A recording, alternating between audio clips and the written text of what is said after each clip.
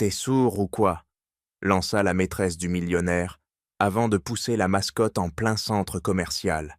Les gens se retournèrent, indignés, pendant qu'elle riait avec arrogance.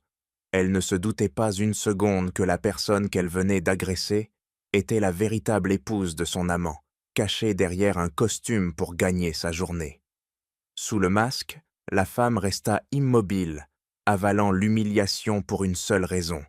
Elle avait compris que la trahison de son mari n'était plus un soupçon, mais une preuve. Elle ne crierait pas. Elle ne pleurerait pas. Elle préparait la chute des deux. Et quand elle frapperait, aucun d'eux ne pourrait se relever. Aimez la vidéo, abonnez-vous et dites-moi d'où vous regardez.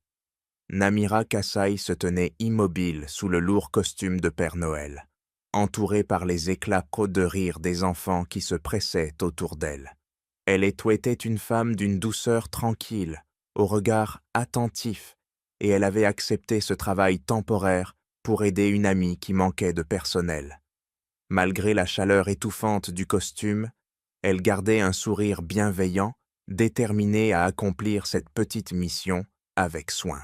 Personne dans la foule ne pouvait imaginer que cette femme masquée était l'épouse du millionnaire Timothée Lajoie, un homme qu'elle avait aimé avec sincérité avant que leurs chemins ne se séparent en silence. Elle souleva un enfant pour l'installer sur ses genoux et lui tendit un petit sachet de friandises. L'odeur du sucre caramélisé et de la résine du grand sapin lui apportait une sensation douce amère. Elle aimait travailler avec les enfants, mais son esprit restait agité depuis plusieurs semaines. Elle entendait encore les remarques sèches de Timothée, ses absences répétées, ses excuses trop polies, et cette sensation d'être devenue transparente dans sa propre maison. Alors qu'elle posait avec un autre enfant, une odeur familière parvint jusqu'à elle, une fragrance boisée, subtile, un parfum qu'elle connaissait mieux que le sien. Son cœur se crispa. Elle tourna légèrement la tête derrière la grille sombre de son masque, et son souffle se coupa. Timothée venait d'entrer, élégant dans sa tenue parfaitement ajustée, accompagné de Camille Larocque, une jeune femme à la beauté éclatante et au sourire trop confiant pour être innocent. Camille serrait son bras en riant d'une voix douce, presque sucrée, et quelques regards admiratifs se tournèrent vers eux. Namira sentit une vague glacée glisser dans sa poitrine. Elle comprit instantanément que leur rendez-vous professionnel n'était ni qu'un mensonge soigneusement construit. Elle resta immobile, espérant que l'épaisseur du costume la protégerait, qu'il ne verrait pas à travers les mailles du tissu qui lui collait à la peau. Camille tira légèrement Timothée vers elle. « Timothée, viens plus près. Je veux une photo parfaite, et embrasse-moi comme tout à l'heure. Cela rend la pose plus naturelle. » Namira ferma les yeux sous le masque. Elle entendit le claquement sec de la caméra et sentit la brûlure de l'humiliation monter dans sa gorge. Tout à coup, Camille ne recula pour mieux se positionner. Elle ne regardait pas où elle mettait les pieds, trop occupée à scruter son reflet dans l'écran du téléphone. Son talon heurta un objet posé au pied du sapin. Elle perdit l'équilibre, tomba lourdement, et ses mains frôlèrent sur les décorations en les envoyant rouler sur le sol. Quelques personnes d'arty se précipitèrent vers elle, mais elle bondit presque aussitôt sur ses jambes, le visage rouge de colère et de gêne. « Regardez-moi ça !» cria-t-elle en pointant un doigt accusateur vers Namira. « C'est lui qui a bloqué le passage. Ce costume ridicule m'a fait tomber. » Namira s'inclina immédiatement. Elle parla avec une voix plus grave que la sienne, comme si le masque pouvait la protéger de l'impossible. « Je suis désolée, madame, je ne voulais pas vous gêner. » Mais Camille n'écoutait plus. « Réponds correctement. Tu te caches derrière ton costume maintenant. » Elle avança d'un pas et la poussa brusquement. Namira perdit l'équilibre. La tête du Père Noël glissa et se souleva une seconde, laissant apparaître une partie de son visage. Ses yeux bruns, agrandis par la surprise, croisèrent trop brièvement ceux de Timothée. Elle remit aussitôt le masque, le cœur battant à tout rompre. Timothée fronça les sourcils, intrigué par cette impression de déjà-vu, mais Camille attrapa immédiatement son bras. « Regarde ma main, je suis blessé et tout le monde me regarde. » La foule murmurait. Plusieurs parents protestèrent. « Ce n'est pas de sa faute, on vous a vu la pousser. » Deux agents de sécurité s'approchèrent. « Madame, nous avons reçu plusieurs signalements. Vous avez agressé un employé. Nous allons devoir vous raccompagner à la sortie. » Camille ouvrit la bouche pour protester, mais les murmures autour d'elle devinrent plus forts. Des téléphones se levèrent pour filmer. Timothée, le visage maintenant sombre, n'eut d'autre choix que de la suivre, tandis que la honte se lisait sur ses traits. Il jeta un dernier regard à Namira, intrigué et troublé, mais Camille l'entraîna hors de la zone sous les yeux de centaines de personnes. Lorsque le calme revint, Namira reprit sa place auprès des enfants, comme si rien ne s'était produit. Sous le masque, elle sentait sa respiration trembler. Elle avait été trahie, humiliée et presque démasquée. Pourtant, une clarté nouvelle s'installait dans son esprit. Elle comprit que son silence n'était pas faiblesse. Son silence était préparation. Elle savait maintenant que l'amour, le respect et la fidélité n'existaient plus dans son foyer. Elle ne ferait pas de scandale. Elle ne m'en dirait pas des explications. Elle attendrait le bon moment. Et lorsque ce moment arriverait, Timothée et Camille regretteraient donc d'avoir cru qu'elle n'était qu'une femme docile, cachée derrière un masque. Namira rentra chez elle tard ce soir-là, encore vêtue du parfum, mêlée de sueur et de plastique du costume de Père Noël. Elle avait marché lentement depuis l'arrêt de bus, essayant de calmer le tumulte qui grondait dans sa poitrine. Chaque pas résonnait comme un rappel de l'humiliation qu'elle avait dû supporter, mais aussi comme un avertissement qu'elle n'oublierait jamais. Lorsqu'elle poussa la porte d'entrée, une lumière douce éclairait le salon. Timothée l'attendait, assis dans le fauteuil qu'il affectionnait tant, un verre à moitié vide posé sur la table basse. Il leva les yeux en feignant la fatigue. « Tu rentres tard. J'ai eu une journée interminable. Les réunions n'ont pas cessé. » Namira hocha la tête sans se précipiter pour répondre. Elle retira son manteau, le posa soigneusement et garda une distance prudente entre eux. Elle observa son mari avec cette nouvelle lucidité qu'elle avait trouvée quelques heures plus tôt. Une lucidité qui transformait tout ce qu'il disait. Timothée parla encore, comme s'il récitait une version apprise par cœur. « Je suis passé voir un client dans l'après-midi. Rien d'important, juste un petit ajustement de contrat. La journée a été longue. » Namira passa ses doigts sur le bord de la table pour s'empêcher de trembler. Elle revoyait Camille serrant son bras, le suppliant de l'embrasser pour une photo.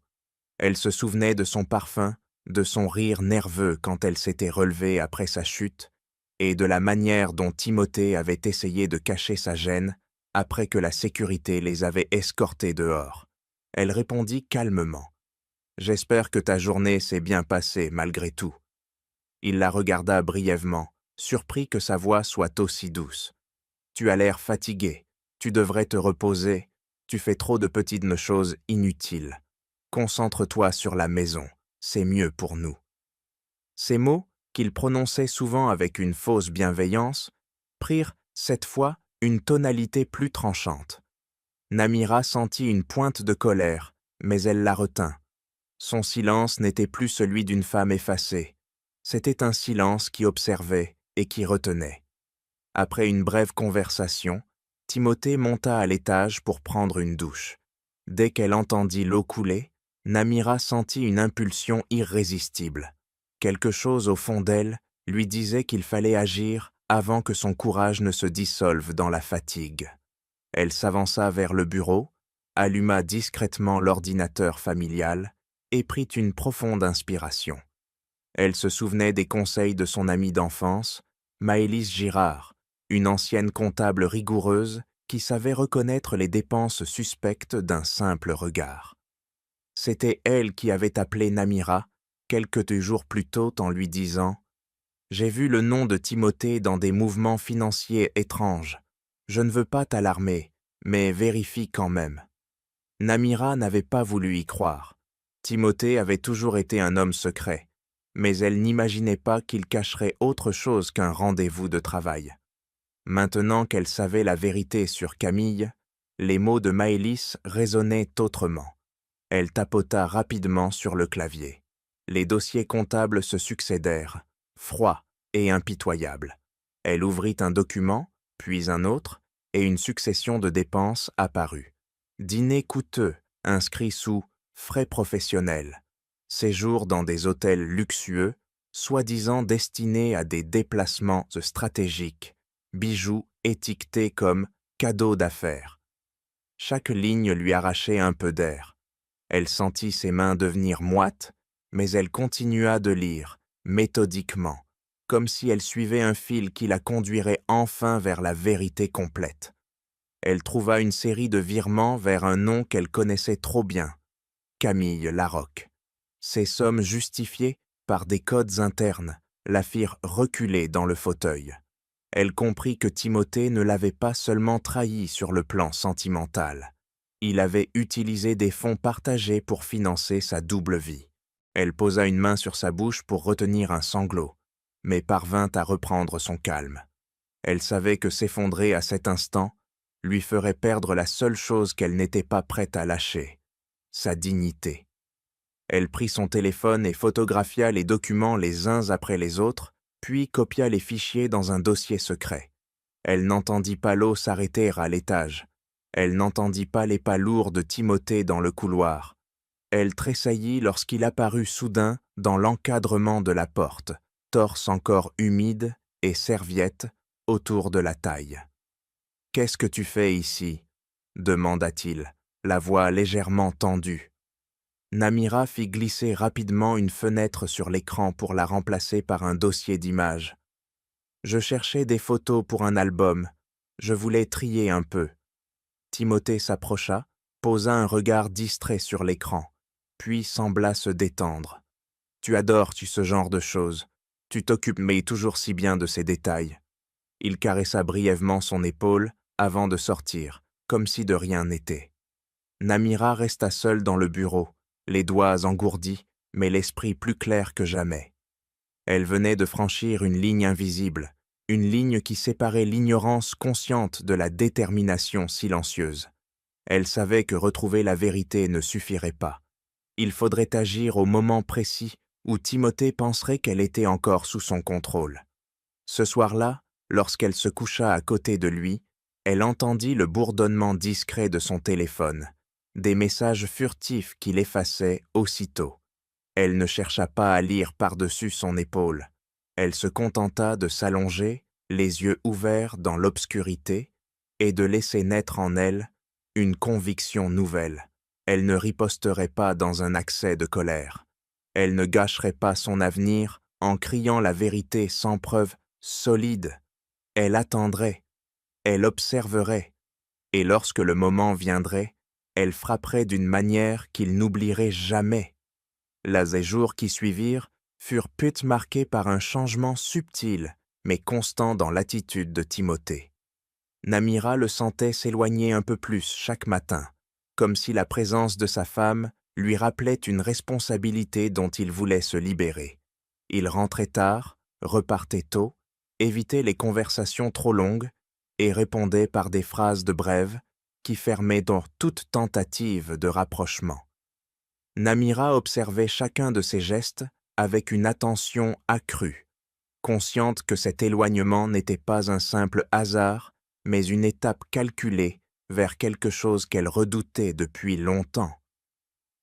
Un matin, alors qu'elle préparait le petit déjeuner, Timothée entra dans la cuisine sans un sourire. « Je ne pourrai pas dîner ici ce soir, j'ai une réunion tardive. » Namira hocha la tête. « J'espère que tout se passe bien au travail. » Il répondit sans la regarder. « Il y a beaucoup de pression. Je n'ai pas besoin de distraction en ce moment. » Cette phrase resta suspendue dans l'air comme une pierre froide. Namira sentit la pique dissimulée, mais elle resta immobile, refusant de lui offrir une réaction qu'il pourrait exploiter. Elle comprit que pour lui, elle était devenue un poids, une présence qu'il supportait, mais dont il voulait se débarrasser. Quelques 2 jours plus tard, un dîner chez des connaissances confirma ses craintes.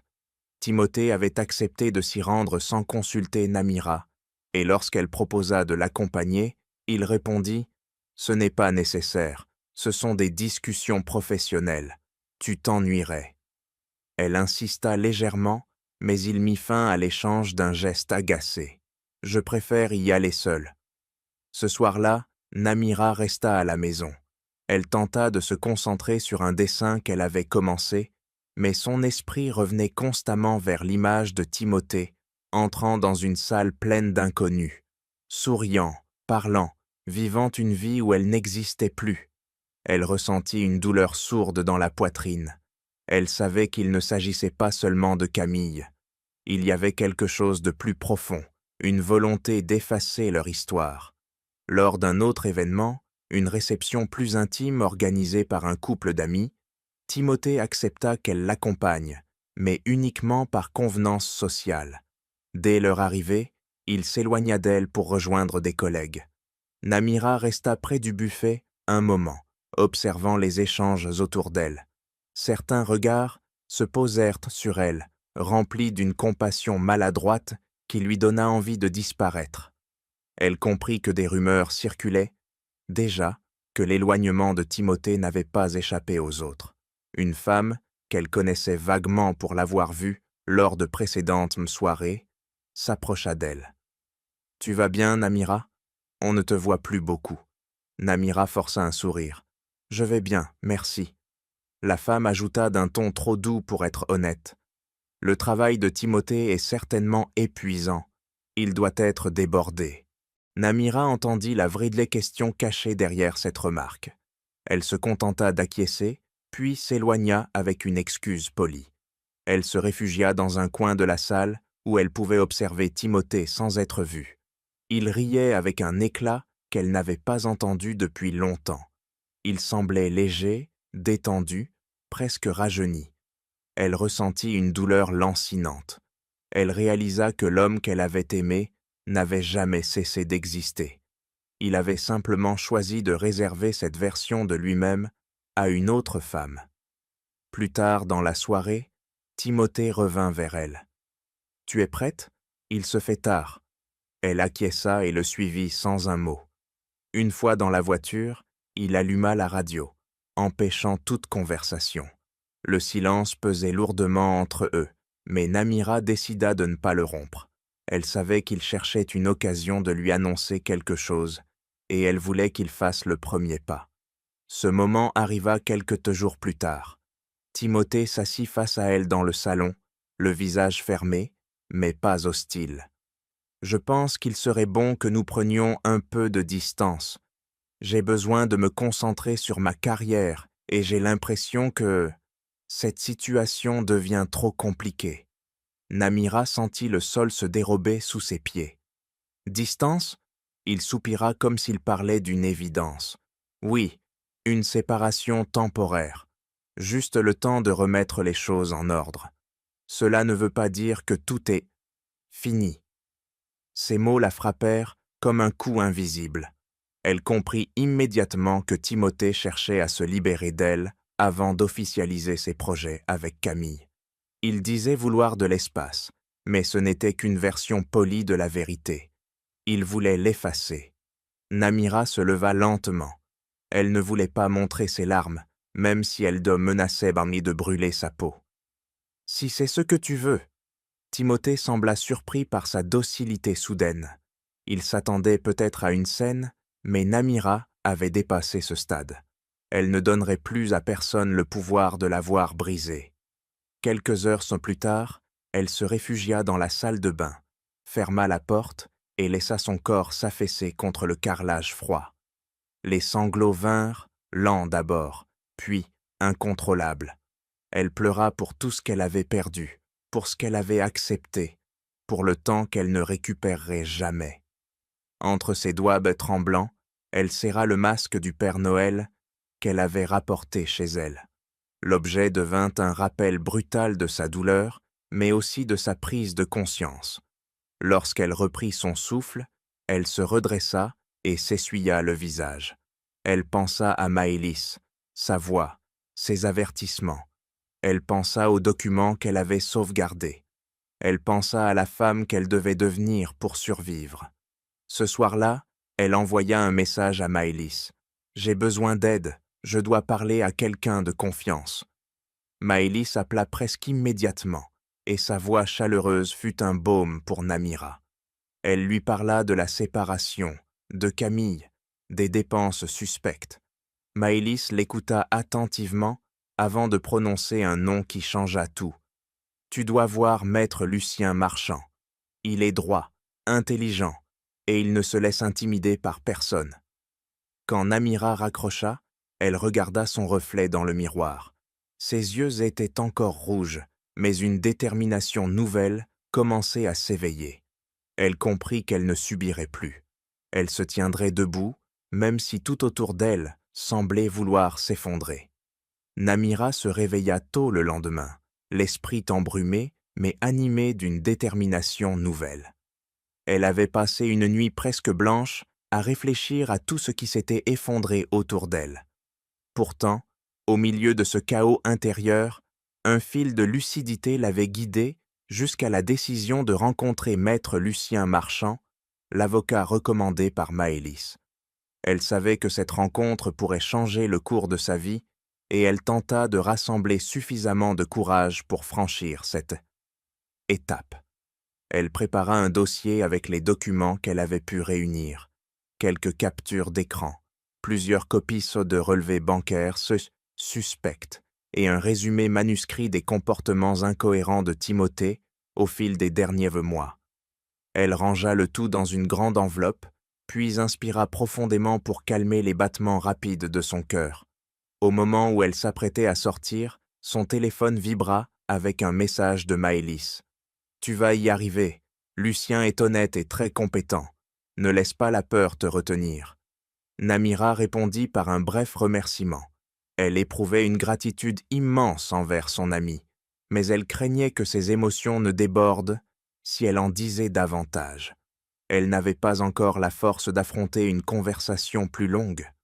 Le bureau de maître Marchand était calme et ordonné. L'atmosphère neutre donnait l'impression d'être un lieu où les décisions importantes prenaient forme.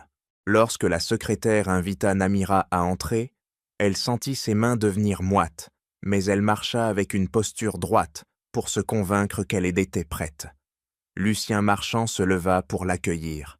Il était dans la cinquantaine, avec des lunettes fines et une expression réfléchie. Son regard attentif, mais non intrusif, apaisait les nerfs de ceux qui entraient dans son bureau.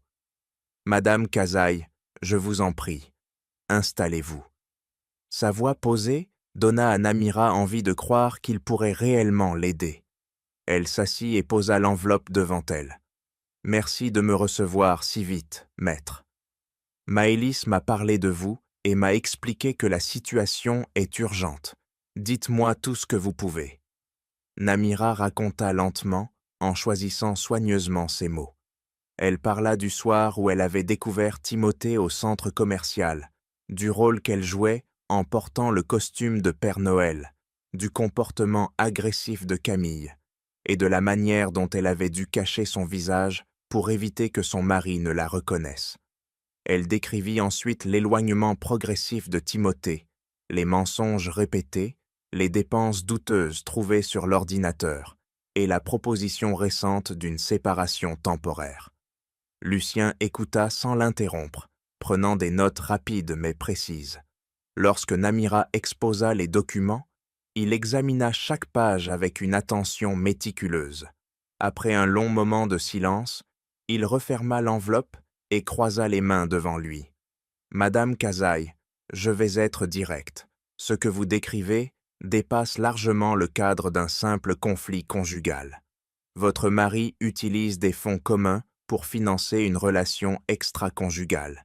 Il ment à propos des finances, ce qui pourrait constituer une tentative de dissimulation d'actifs.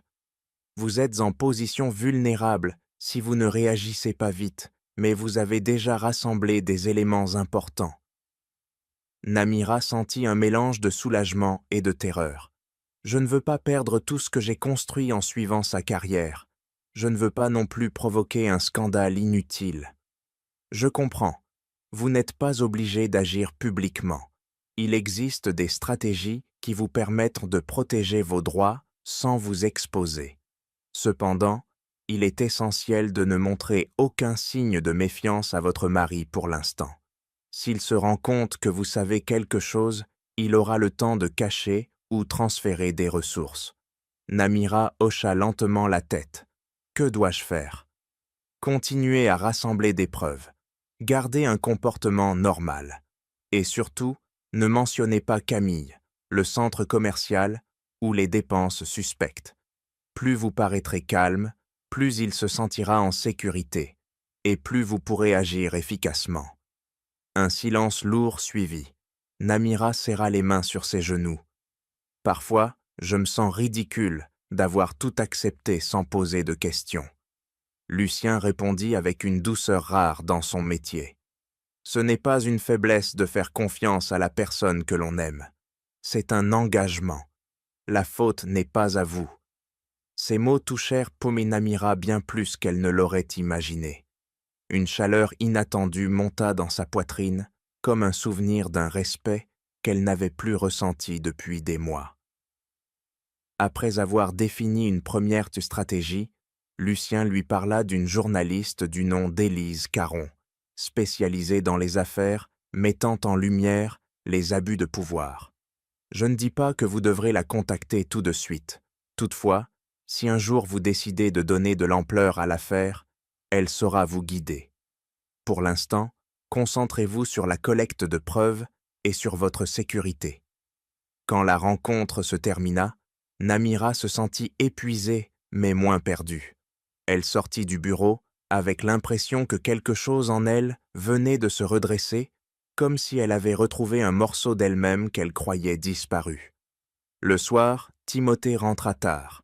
Il sembla surpris de voir Namira calme et sereine.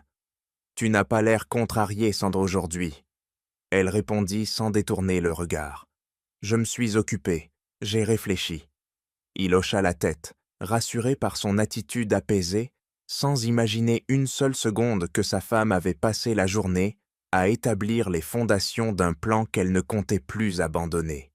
Plus tard, lorsqu'il alla prendre sa douche, Namira retourna dans la pièce où se trouvait l'ordinateur. Elle connecta une clé USB et copia discrètement de nouveaux fichiers. Ses mains tremblaient son nez, mais ce n'était plus de peur, c'était de détermination. Elle referma doucement le tiroir contenant la clé et éteignit l'écran. Pour la première fois depuis longtemps, elle sentit qu'elle reprenait la main sur son histoire. Timothée entra dans le salon avec une démarche assurée, comme si la tension des derniers jours n'avait jamais existé. Namira était en train de ranger quelques baumes papier sur la table lorsqu'il annonça, d'un ton neutre, une nouvelle qui semblait avoir une importance particulière pour lui. « Il y aura une grande soirée de gala la semaine prochaine. Tout le monde y sera. J'aimerais que tu m'accompagnes. » Namira leva les yeux vers lui. Elle sentit une légère contraction dans sa poitrine. « Une soirée importante ? » ?»« Oui, je dois présenter un nouveau projet et signer un accord qui pourrait être déterminant pour l'entreprise. Les investisseurs, les partenaires, les médias, tous seront présents. Il est essentiel que tu sois là, bien habillée, souriante. Nous devons montrer que tout va bien. » Le mot « nous » résonna dans l'esprit de Namira avec une ironie douloureuse. Ils parlaient comme si leur couple était une vitrine qu'ils devaient maintenir intacte devant le monde. Pourtant, elle comprit que cette soirée représentait une opportunité unique, un moment où chaque regard serait tourné vers lui. C'était exactement ce dont elle avait besoin pour exécuter son plan sans qu'il ne puisse l'anticiper. « Très bien, » répondit-elle calmement. « Je serai là. » Timothée sembla satisfait, presque soulagé. Il s'approcha d'elle et posa brièvement une main sur son épaule. « Merci, Namira. J'ai besoin que tu me soutiennes. Ce n'est pas le moment de créer des complications. » Elle sentit son cœur se durcir. « Je comprends, » dit-elle simplement. Lorsqu'il quitta la pièce, elle s'appuya contre le dossier du canapé et ferma les yeux. Elle se voyait déjà dans la salle, éclairée par des projecteurs, observant les réactions lorsque la vérité éclaterait. L'idée lui faisait peur, mais elle savait aussi que c'était le seul moyen de reprendre le contrôle de sa vie. Plus tard dans la journée, elle envoya un message à Maître Marchand pour l'informer des nouvelles. « La soirée sera l'occasion parfaite, » répondit-il. « Élise Caron sera disponible pour assister discrètement à l'événement. Nous devons nous coordonner. » Namira sentit une montée de tension, mais aussi un regain de courage. Elle se préparait à une confrontation qu'elle avait longtemps redoutée, mais elle n'était plus seule. Le lendemain, elle rencontra Élise Caron dans un café discret. Élise était une femme énergique, au regard vif et à la posture assurée. Son métier de journaliste d'investigation semblait avoir aiguisé son intuition. « Maëlys et Lucien m'ont parlé de vous, » dit Élise en souriant. « Je pense pouvoir vous aider, mais tout dépend du moment où vous souhaitez agir. » Namira ouvrit son sac et sortit la clé USB contenant les premiers des fichiers. « Je veux que tout soit prêt. Je déciderai du moment exact pendant le gala. Je veux qu'ils comprennent que je ne suis plus celle qui accepte tout en silence. » Élise hocha la tête avec une expression sérieuse. « Je serai présente. Dès que vous me donnerez un signal, je publierai le dossier complet. Timothée ne pourra plus contrôler la situation. » Namira sentit une vague d'appréhension, mais aussi une force nouvelle qui prenait forme en elle. Pendant des mois, elle avait été dans l'ombre de son mari, mais désormais, elle savait quel rôle jouer. Le soir venu, elle resta dans sa chambre pour réfléchir à la tenue qu'elle porterait lors de la soirée. Elle essaya plusieurs robes, mais aucune ne lui paraissait convenir. Après de longues minutes, elle trouva une robe qu'elle n'avait pas portée depuis longtemps, un vêtement qu'elle assommait, mais qu'elle n'avait jamais eu l'occasion d'utiliser.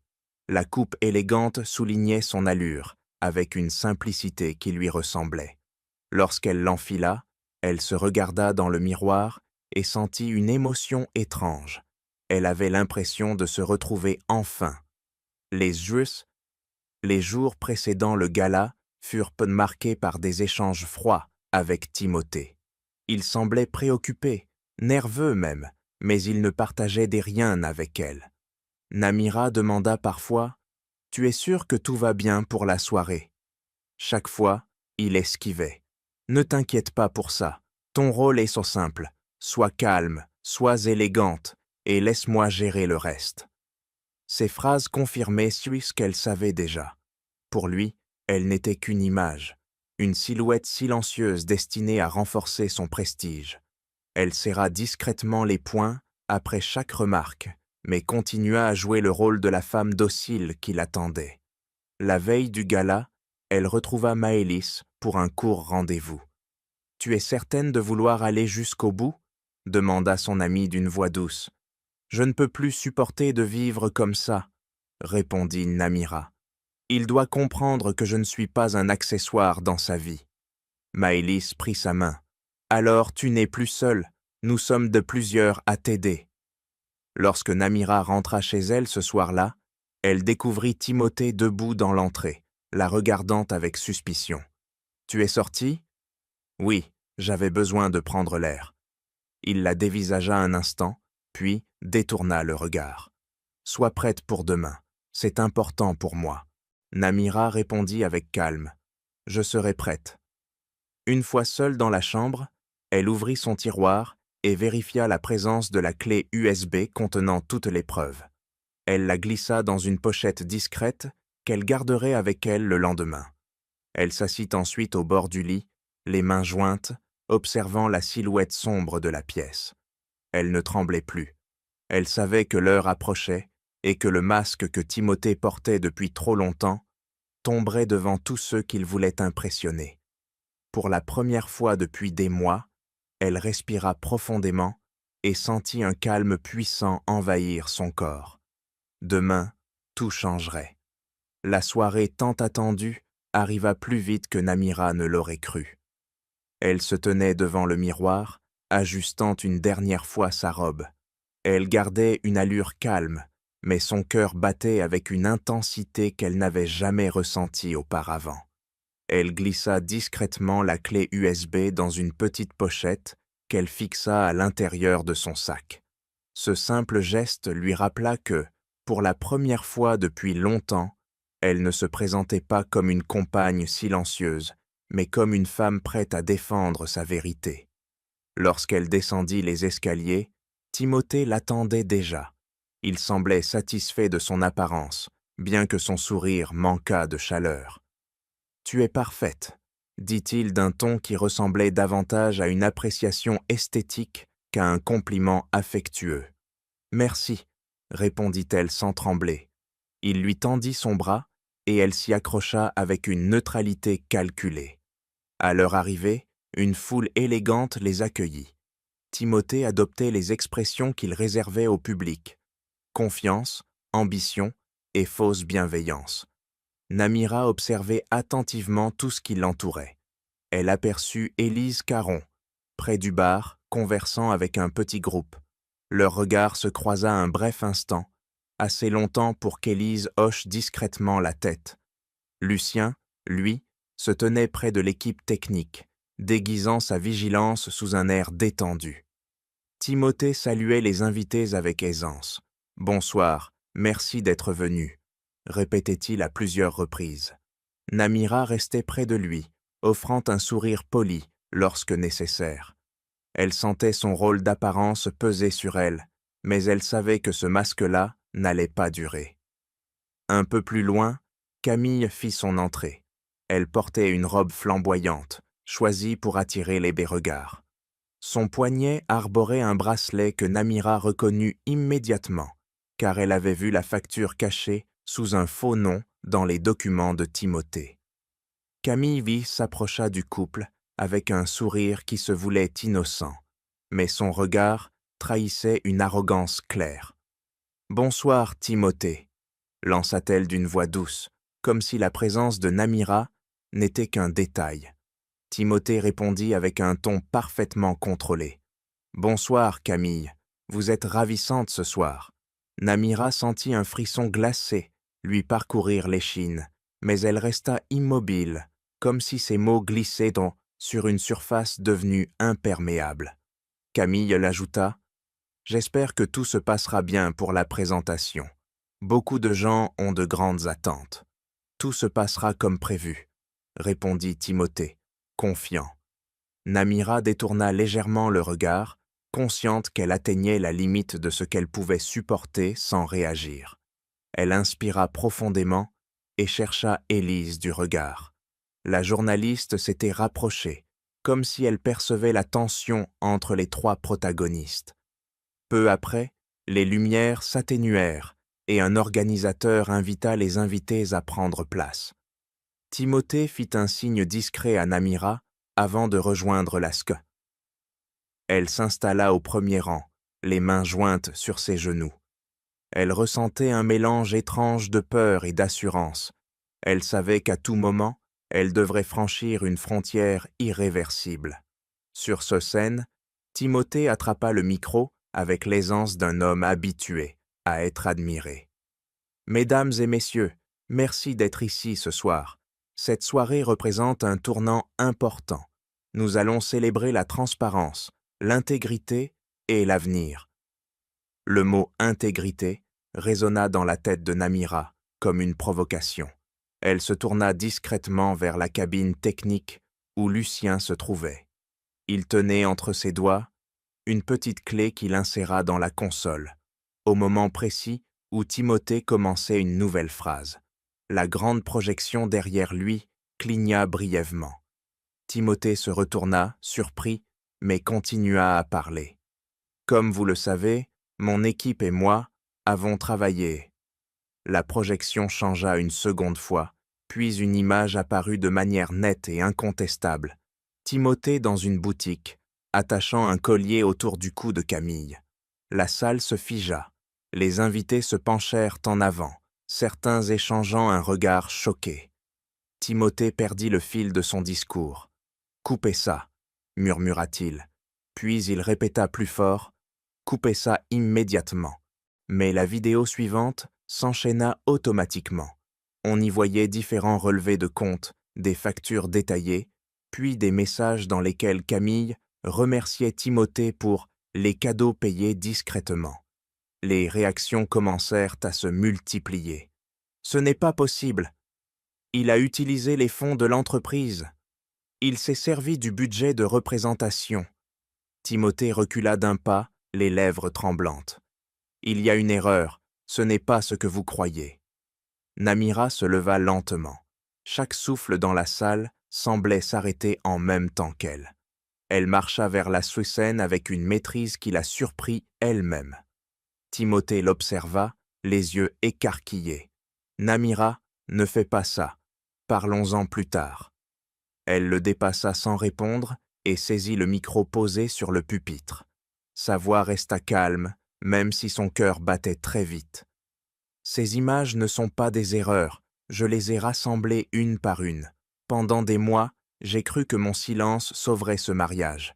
Mais la vérité ne disparaît jamais, même quand on la cache. » Un murmure parcourut la salle, mais elle poursuivit. « J'ai été témoin de choses que je n'aurais jamais dû voir. J'ai été accusé, humilié et remplacé sans un mot d'explication.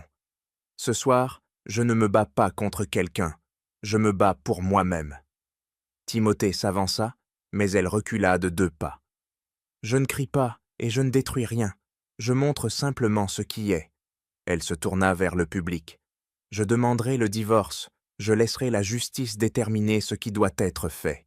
Je ne garderai rien qui a été payé avec des mensonges. » La salle resta immobile, figée dans un mélange de stupéfaction et de respect silencieux. Camille tenta de s'approcher, mais les agents de sécurité l'arrêtèrent, car elle se mit à hurler des justifications confuses qui l'accusaient là davantage. Namira rendit le micro et quitta la scène, en marchant droit, même si ses genoux semblaient vouloir fléchir. Elle venait d'arracher le masque de Timothée sous les projecteurs, et elle n'avait pas regardé en arrière. Le lendemain de la soirée, Namira se réveilla avec une sensation étrange. Elle avait dormi à peine quelques heures, pourtant elle se sentit plus légère qu'elle ne l'aurait imaginé. Elle resta assise sur le bord du lit pendant un long moment, les mains posées sur ses genoux, comme si elle tentait de comprendre la portée de ce qu'elle avait accompli. Elle alluma son téléphone et vit immédiatement une avalanche de messages. Les notifications défilaient de sans arrêt. Certains venaient de numéros inconnus, d'autres provenaient de personnes qu'elle n'avait plus contactées depuis des années. Un message de Maëlys attira son attention. « Tu as été extraordinaire, je suis fier de toi. » Le simple fait de lire ces mots fit monter une émotion douce dans la poitrine de Namira. Elle répondit avec gratitude, puis posa son téléphone pour affronter la journée. Au rez-de-chaussée, l'air était lourd. Timothée se tenait dans le salon, les cheveux en désordre, la chemise froissée. Il avait probablement passé la nuit éveillé. Lorsqu'il la vit apparaître, il se redressa brusquement. « Nous devons parler, » dit-il d'une voix tendue. « Je n'ai rien à ajouter à ce que j'ai dit hier soir, » répondit-elle calmement. Il fit un pas vers elle, les yeux écarquillés par la peur mêlée à la colère. « Tu m'as humilié devant tout le monde. Tu as détruit ma carrière pour une vengeance ridicule. » « Ce n'était pas de la vengeance, » corrigea-t-elle. « C'était la vérité. » Timothée passa une main nerveuse dans ses cheveux. « Tu ne comprends pas les conséquences. L'entreprise est en crise. Les investisseurs se retirent depuis ce matin. On dit que j'ai détourné des fonds et que tu as des preuves. Tu dois démentir. Tu dois dire que tu t'es trompé ou que tout a été mal interprété. » Namira inspira profondément. « Je ne mentirai pas pour te sauver. Je n'ai aucune raison de protéger quelqu'un qui ne m'a jamais protégé. » Il serra les dents. « Je peux arranger les choses si tu m'aides. Nous pourrions faire une déclaration ensemble, expliquer que la vidéo a été sortie de son contexte.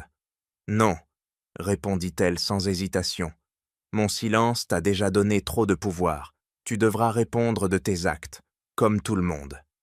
Timothée la fixa pendant un long moment, puis frappa du poing sur la table, faisant vibrer tous les objets autour. Namira recula d'un pas, mais sa voix resta stable. « Tu ne peux plus me manipuler. » Il baissa les yeux, écrasé par la défaite. « Je t'aimais pourtant. Tu m'aimais à condition que je ne dise rien et que j'accepte tout, » répondit-elle doucement. « Ce n'est pas de l'amour. » Elle tourna les talons et monta à l'étage pour prendre quelques affaires. Elle ne voulait plus passer un jour de plus sous le même toit que lui.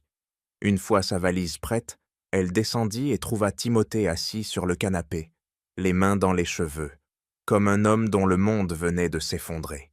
Elle ne ressentit ni plaisir ni regret en le voyant ainsi. Elle ressentit seulement la paix qui accompagne une décision nécessaire. Avant qu'elle ne sorte, il tenta une dernière fois de la retenir. « Namira, je peux changer. »« Je te souhaite de le faire, » répondit-elle, « mais je ne resterai pas pour attendre ce changement. » Elle referma la porte derrière elle, laissant Timothée seul dans le silence. Quelques heures plus tard, Namira retrouva Maëlys et Maître Marchand dans un petit bureau discret. Lucien lui présenta les démarches mi-d'hommes à suivre, maintenant que la vérité avait éclaté. Les médias ont commencé à relayer les informations, expliqua-t-il. Élise a publié une partie du dossier et d'autres journalistes enquêtent déjà. Timothée devra répondre légalement pour les dépenses injustifiées. Quant au divorce, nous allons entamer les procédures aujourd'hui. Namira écouta attentivement. « Je veux que tout soit clair et propre. Je ne veux pas d'un conflit interminable. » « Nous ferons en sorte que ce soit rapide, » répondit Lucien. Maëlys posa une main sur l'épaule de Namira. « Tu n'as aucune idée de la force que tu as montrée hier. Je suis tellement fier de toi. » Namira sentit ses yeux picoter, mais elle détourna légèrement le visage pour garder sa maîtrise. « Je ne me sens pas forte, j'essaie simplement de survivre. » Parfois, survivre était la preuve la plus éclatante de force, répliqua Maëlys. Lucien lui tendit un dossier avec les documents à signer. Une fois que cela sera lancé, il n'y aura plus de retour en arrière. Tu étais prête ? Je suis prête. Elle signa d'une main ferme. Plus tard dans l'après-midi, elle reçut un appel d'Élise Caron. Les réactions sont massives, annonça Élise. Ton témoignage fait écho à beaucoup de femmes. Certaines m'ont écrit pour dire qu'elles se reconnaissent dans ton histoire. Tu as ouvert une porte importante. Namira eut un bref silence. Si mon histoire peut aider quelqu'un, alors tout cela en valait la peine. Elle se surprit à sourire. Pour la première fois depuis longtemps, elle sentait que sa voix existait réellement, qu'elle valait quelque chose. Alors qu'elle marchait dans la rue, le vent frais effleurait son visage. Elle ne savait pas encore ce que l'avenir lui réservait. Mais une chose était certaine, elle ne reviendrait jamais en arrière. Le soleil traversait doucement les vitres de l'atelier lorsque Namira ouvrit la porte ce matin-là. Elle avait trouvé ce petit espace il y a quelques semaines, grâce à Maëlys, qui lui avait présenté le propriétaire bienveillant. L'atelier n'était pas grand, mais il respirait la tranquillité qui lui manquait tant. Les murs étaient encore nus, mais une table solide occupait le centre de la pièce, couverte d'outils, de pinceaux et de toiles anciennes, en attente de restauration. Namira déposa son sac, attacha ses cheveux et se mit au travail. Une femme nommée Adèle Morel, une cliente nouvellement rencontrée, avait confié à Namira un tableau endommagé qu'elle tenait de sa grand-mère. Adèle avait expliqué son histoire dans un murmure ému, et Namira avait senti dans ses yeux la même fragilité qu'elle avait portée si longtemps. Adèle était douce, discrète, et semblait admirative devant la patience de Namira. « Je suis tellement reconnaissante que vous acceptiez de le restaurer », avait-elle dit la veille. Namira lui avait répondu avec un sourire sincère. Je ferai de mon mieux. Certaines choses méritent une seconde vie. Ce matin-là, en observant les craquelures délicates de la peinture sous la lumière, Namira ressentit une sérénité nouvelle. Ses mains bougeaient avec assurance, guidées par des gestes qu'elle n'avait pas pratiqués depuis longtemps. Chaque coup de pinceau lui rappelait qui elle aurait été avant que son identité ne soit étouffée par les exigences d'un mariage devenu toxique. Alors qu'elle travaillait, la porte s'ouvrit doucement et Élise Caron entra, tenant un carnet de notes. « Je te dérange ?» demanda Élise. « Pas du tout », répondit Namira avec chaleur. Élise observa l'atelier avec un sourire admiratif. « On dirait que cet endroit a été fait pour toi. Il m'aide à respirer, » admit Namira. Élise s'approcha du tableau en restauration. « Ton histoire continue d'inspirer beaucoup de femmes. J'ai reçu des dizaines de messages depuis mon article. » Namira s'arrêta quelques secondes, touchée. « Je n'avais jamais imaginé que ce que j'ai vécu puisse résonner ainsi. » « Ce n'était pas seulement ton histoire, » expliqua Élise. « C'est le courage avec lequel tu as refusé le silence. » Elles échangèrent encore quelques beaux mots, puis Élise annonça qu'elle préparait un nouvel article, non pas sur le scandale, mais sur le chemin de reconstruction de Namira. « Je ne publierai rien sans ton accord, » précisa-t-elle. « Merci, » répondit Namira. « Je veux seulement que ce que je fais serve vraiment. Je ne cherche pas la lumière. » Lorsqu'Élise partit, Namira ferma la porte avec un sentiment étrange, comme si elle venait d'être reconnue pour la première fois, non pas en tant que victime, mais en tant que femme capable de se relever. Un peu plus tard dans l'après-midi, Maëlys passa à son tour avec un dossier sous le bras. « Les premiers dossiers pour le fonds d'aide dont tu as parlé sont prêts, » annonça-t-elle. Namira ouvrit le dossier et lut les premiers petits témoignages de femmes piégées dans des situations semblables à la sienne. Chaque ligne réveillait en elle une ancienne douleur. « Je ne veux pas que quelqu'un vive ce que j'ai vécu, » murmura-t-elle. « C'est pour cela que tu vas faire une différence, » répondit Maëlys avec conviction. Elles travaillèrent ensemble durant 1 heure. En signant les documents, Namira réalisa qu'elle venait d'accomplir quelque chose qu'elle n'aurait jamais osé rêver quelques mois plus tôt. Le soir approchait lorsque le silence revint enfin dans l'atelier. Namira rangea ses outils, épousseta la table et observa longuement la toile qu'elle avait presque terminée. Elle éprouva une fierté douce, presque fragile, qui vibrait dans son cœur. Elle s'apprêtait à fermer lorsque quelqu'un frappa à la porte. Elle hésita, puis ouvrit. Timothée se tenait devant elle, vêtu simplement, les traits tirés. Ses yeux n'avaient plus rien de l'arrogance habituelle. « Puis-je entrer ?» demanda-t-il. Namira resta quelques secondes silencieuse avant de faire un pas en arrière. « Quelques 2 minutes, » répondit-elle. Timothée entra, observant l'atelier comme s'il ne savait pas exactement qui était la femme devant lui. « Tu as créé tout cela ?» demanda-t-il avec une voix rauque. « Oui, » répondit-elle. « J'ai créé une vie sans toi. » Il baissa les yeux, honteux. « Je voulais m'excuser, » dit-il. « Pas pour récupérer quoi que ce soit. Je voulais seulement reconnaître ce que je t'ai fait. » Namira l'écouta en silence. « Je t'ai sous-estimé, » continua-t-il. « Je t'ai prise pour acquise et je t'ai fait porter un masque pendant que je me permettais tout.